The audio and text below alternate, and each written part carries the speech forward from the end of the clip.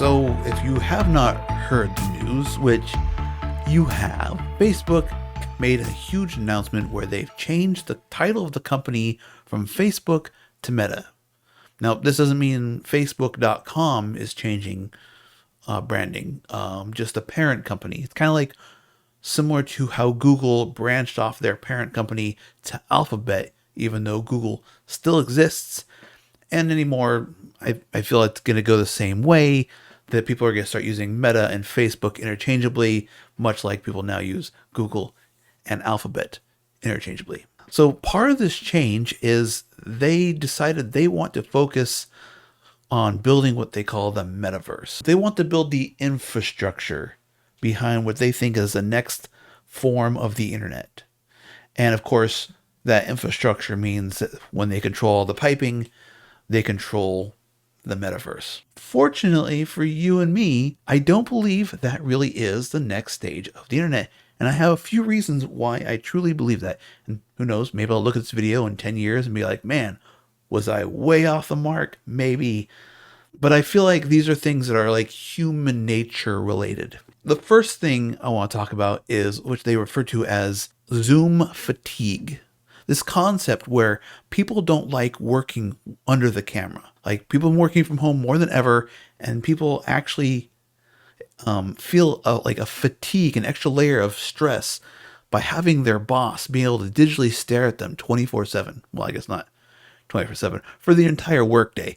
It's exhausting. When I turn off my camera and I get out of a meeting and I can focus on my work, I work better than when I have my boss like breathing down my digital neck. And having VR is going to be this like micromanaged layer. So working in VR doesn't make sense. Like that's the big one. And I know if you watch the Facebook presentation, again, I will link down below, they really lean into the future of work is in the Metaverse. There was a demo where they showed someone having a face-to-face conversation, but was able to keep their eye on their little chat box while they talk. This is distraction. They talk about a lot of people getting in a car accident being distracted drivers. The same is true in your day-to-day. I mean, the outcome may not be as bad, not be able to pay attention to what your friend is saying versus a car accident, but it is still the same thing. You know, you are distracted from what's happening in the real world. People don't want to be distracted. We're already distracted enough with smartphones, and that's something that's often in your pocket. That's terrible. That's a terrible concept. Which brings me to my next point, which is that no one wants to stick a football helmet and 2 Game Boys to their head. You know, these giant goggle glasses things. Like you put that on for like 2 hours, unless you're really into a game, it's going to wear you down. I know this is like a temporary problem because eventually we'll be able to get things like my glasses. I can wear these 10 hours a day, no problem. I wake up in the morning, I put them on, I take them off only when I go to bed.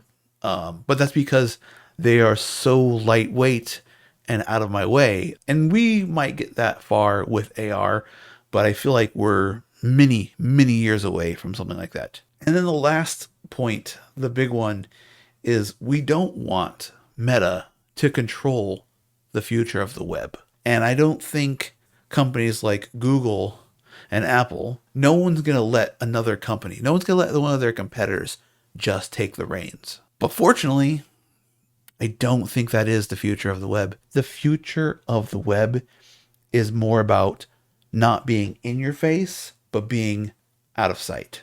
That's the future. And trends are already going that way because people don't want a bunch of shit in their faces.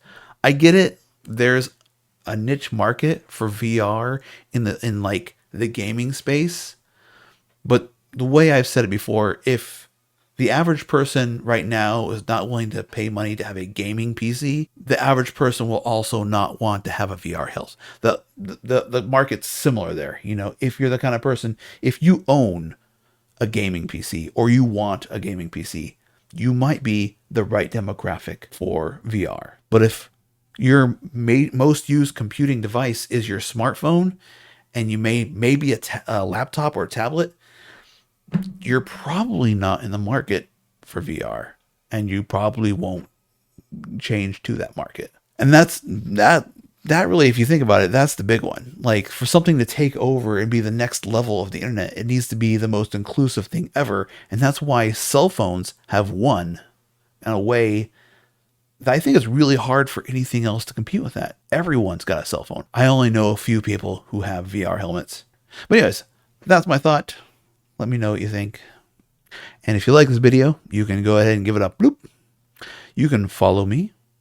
You can hit that little subscribe button and follow me on this platform or other platforms. I'll link to the other platforms. I'm on YouTube. I'm on PeerTube. And I guess I'm on Odyssey, I guess. And I also have my links down to my social media, again, down below. And if you want to put your money where my mouth is, you can join my Patreon and LibrePay like these cool cats have over here. All right, guys. I'll catch you on the next one.